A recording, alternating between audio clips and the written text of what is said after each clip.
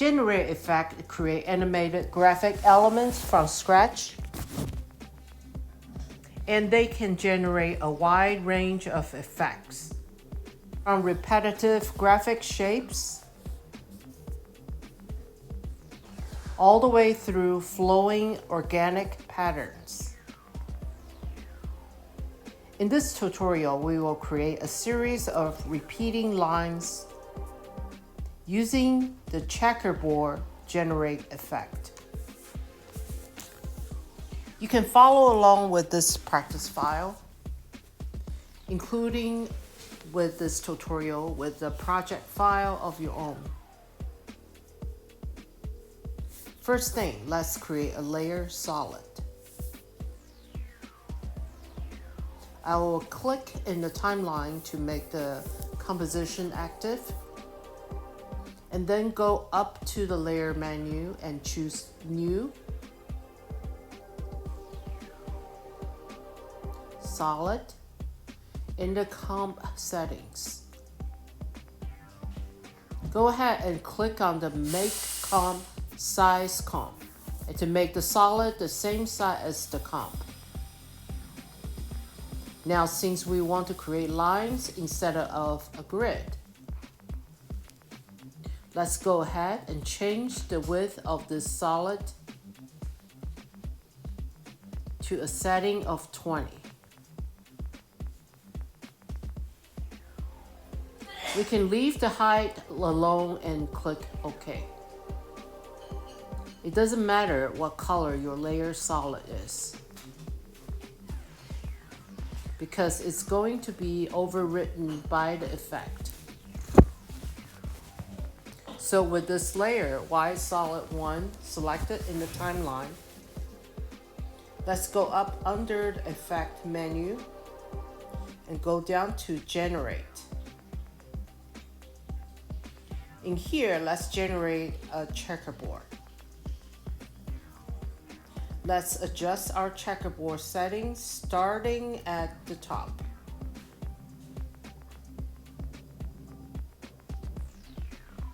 I want the anchor point to start off the left edge of the canvas.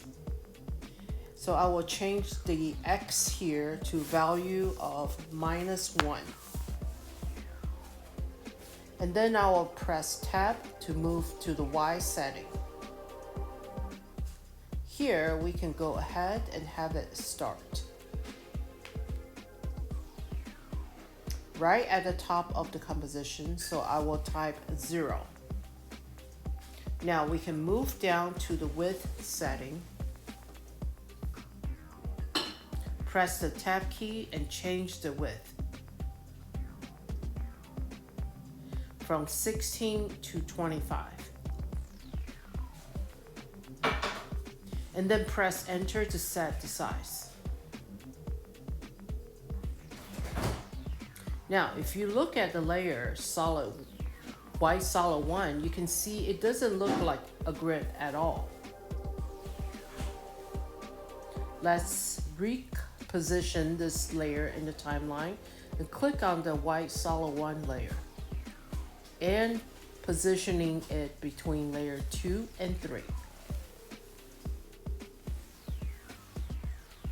Once you let go,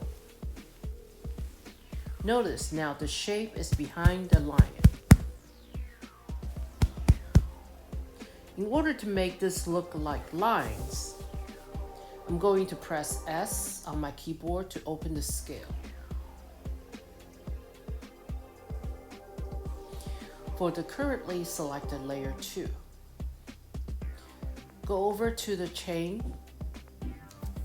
and click on it once to unlock the proportions. I'm going to hover over the X parameter and hold down Shift. And then click and drag to the right. And quickly increase the size of these lines.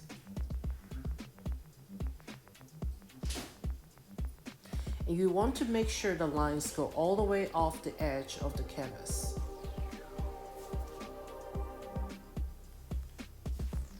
Now, these are really bright white.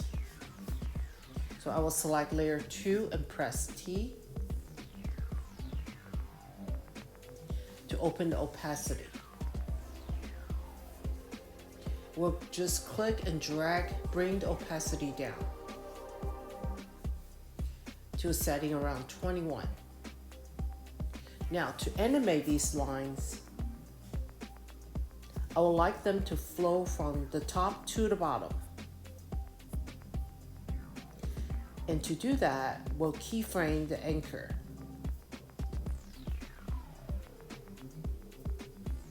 Since our current time indicator is already at frame 0, go ahead and just keyframe the anchor setting.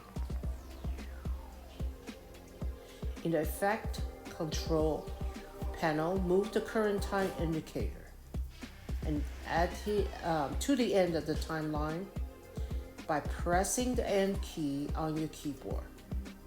You can also just click and drag in the timeline. Make sure you're on frame 009 second 29. To animate the anchor point, let's move it down to the x-axis. Enter the value of 200 in the y parameter. I choose that number because it's divisible by 25.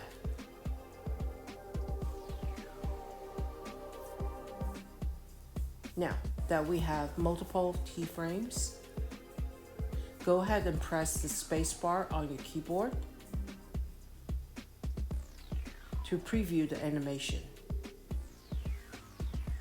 And sure enough, we have lines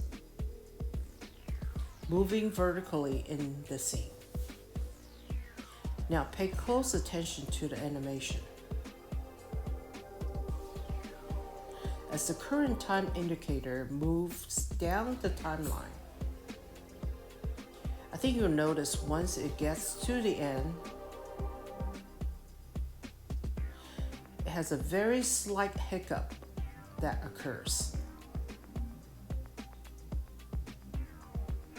So I will go ahead and press the space bar to stop the playback because I want you to select layer 2 and press the U key to reveal these 2 keyframes. Let's press the J key and the K key on your keyboard to navigate back and forth between the 2 keyframes in the timeline. You'll notice there's no visible difference from one to the other. And that's because these keyframes are perfectly divided by 25. And 25 happens to be the width of our lines. So even though the lines are moving down in the composition, since it's an even number and they are repetitive, it just looked like the exact same frame. We can fix this by sliding the last keyframe 1 frame down in the timeline.